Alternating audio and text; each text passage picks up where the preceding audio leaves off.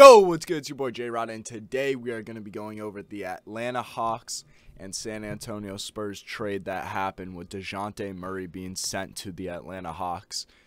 And I consider this a big-time trade, man.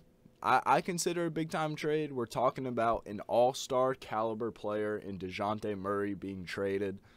So we'll go over the details here. The Atlanta Hawks are trading forward Danilo Gallinari and 3 first-round picks to the San Antonio Spurs for all-star guard Dejounte Murray. Now, going into more details about the picks, the Hawks are sending a 2023 first-round pick via the Charlotte Hornets, plus their own 2025 and 2027 first-round picks to the Spurs in the deal. The deal also includes a pick swap, and you can see here the 2025 and 2027 first-round picks are unprotected.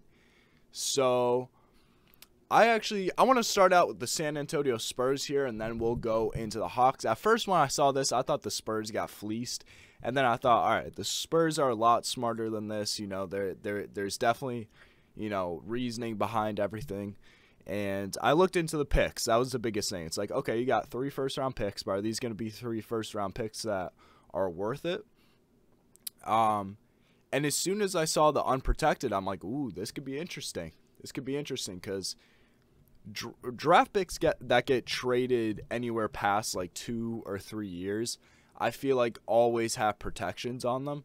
And the fact that they're unprotected is actually like, that's a lot of value. That could turn into a lot of value. Now, a lot of the results of this trade are obviously going to go down to what happens, you know, 3-5 years down the road, I'd say. Unless if the Hawks won like a championship next year, but I don't see that happening. A lot of this, you know, we can't really put a grade on yet until we see the future of this outcome. But, I mean, for the Spurs, I actually kind of like this. You know, even though Dejounte Murray is still a young player at the age of like 25, the Spurs still aren't ready to compete.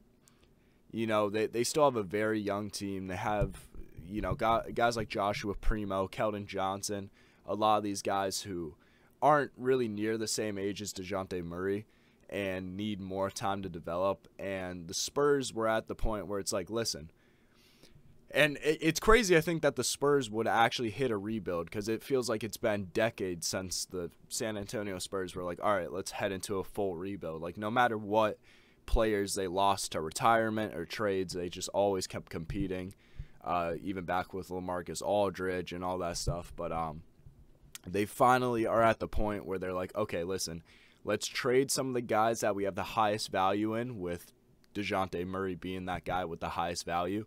At this point in career, I think this is going to be the highest value that Dejounte Murray has. Maybe a couple years down the road, he might even become even better and hit his prime. But this was the best time to get the value for him, I feel like. Especially since he has a passive injury history. So, you know, I felt like from that aspect it was good. Now, Gallinari was kind of just a piece to throw in to make the contract situation work out. I wouldn't be surprised if they flip Gallinari at the transfer deadline midway through the season. And 3 first-round picks, like I said, 2025 and 2027 are unprotected. So who knows how good the Atlanta Hawks are going to be in 5 years. And, you know, the Hawks are predicting that this is going to be their backcourt for the next 5 to, you know, however long, you know, for a very long time. So, and although I do think the Hawks are still going to be a good team in 2027 because traeyoung should be in his prime and Dejounte Murray will probably be around his, you know, early 30s by then, maybe late 20s. You know, you never know. There could be injuries. You know, Dejounte Murray could want out because I think he has like 2 years left on his contract. So maybe in 2 years, Dejounte Murray's like, okay, maybe I want out. And then the Hawks are just stuck with traeyoung.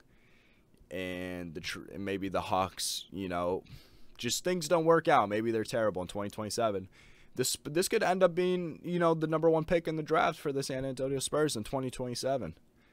You know, so that's big. And even 2025, you never know what could happen there. So I actually like this trade for the Spurs. A little bit surprised they didn't get any young players back. Like, I would have thought maybe you'd want to, you know, maybe try and get like a What were some young players on that? Maybe like a Kevin Herter, or like a what's that center? Fuck, I forgot his name. Hawks roster. Oh yeah, maybe like a Onyeka, a Jalen Johnson, Kevin Knox even. You know, I'm surprised they didn't try to get at least one young player back to have for now. Because you don't really need to worry about cap space. So I thought maybe if they got a young player back, they wouldn't be able to get as many solid picks. So I'm guessing that's probably why they went with that. But yeah, now let's head to the Hawks. Let's talk about the big stuff here. So the Atlanta Hawks, Trae and Dejounte Murray in the same backcourt definitely does sound, from a talent perspective, very good. And I see a lot of people who love this trade right away because everyone's just going to think, oh, Dejounte Murray is a great defensive player. Trae Young sucks on defense, so it's good. It's a lot more to it than that. I think it's definitely going to take them some time to adapt. I don't think it's going to work right away. I think I might see the Hawks struggle in the first half of the season and then do better in the second. That's what I imagine. Because although, yes, Dejounte Murray is a really good defender and a playmaker, and Trae Young is a pretty bad defender, you would think, oh, it offsets. But, you know, I think you got to also think about the off-ball game. I mean, Trae Young's a guy who had one of the highest percentage of usage rates, you know, in the NBA. I think he had like a 34% usage rate. Trae Young hasn't played a lot of off-ball. You know, and he said he played off-ball a lot in high school at shooting guard. I think he said something like that. But, you know, when it comes to college and the NBA, I mean, as soon as he came into the league as a rookie, he got the keys to the offense to be the ball-handling guard. So, I mean, a lot of people were saying the same stuff with Chris Paul and James Harden, where it's like, oh, two ISO-heavy, ball-dominant players aren't going to work together. And they actually were very good together. And they honestly probably would have won an NBA championship if, you know, the injury to Chris Paul didn't happen. But that's different. But yeah, like I said, you know, you got Trae Young, who I definitely think can play off ball. I think this is going to be a big pivot point in his career where Trae Young has to do some other things to make his team a better winning team. Kind of like look off of Steph Curry as being that guy who fights, you know, to off-ball screens, getting open. With all these Steph Curry comparisons that Trae Young had heading into his rookie year and sophomore year and stuff, this is the time to prove it by having the off-ball movement. And we got to see Trae Young be able to – he should be able to. If his usage rate is going to go down with Dejounte Murray, meaning he shouldn't be as gassed or as tired being out there. So he should be able to, you know, provide more on the defensive side of the ball and, you know, fight off-ball screens to get open looks for three. But yeah, I mean, these are two guys that are definitely, you know, reliant on the ball. I mean, Dejounte Murray isn't the best, you know, shooter or spot up shooter, anything like that. So that's a part of his game that he has to develop, is becoming a better spot up shooter. If I'm the Hawks, I'd want Dejounte Murray to have the ball most of the time. I'm not even going to lie. Not saying that he's better than Trae Young, but I mean, if you want to get the most productivity out of Trae Young, try to get him, you know, like I said, open, and have Dejounte Murray try and play, make, and run that offense a little bit. I mean, actually, they can have the same amount of splits. It doesn't matter. I don't know why I'm saying that. But yeah, it's going to be interesting how this works. You know, I don't think it's going to be as great right away as people think. I think this is backcourt that's going to take some time. They're both still young, and they were both used to – even Dejounte Murray was used to having the keys to his offense and ball handling a lot. So now they both got to figure out how to be able to work off ball, how to make each other's game easier and better.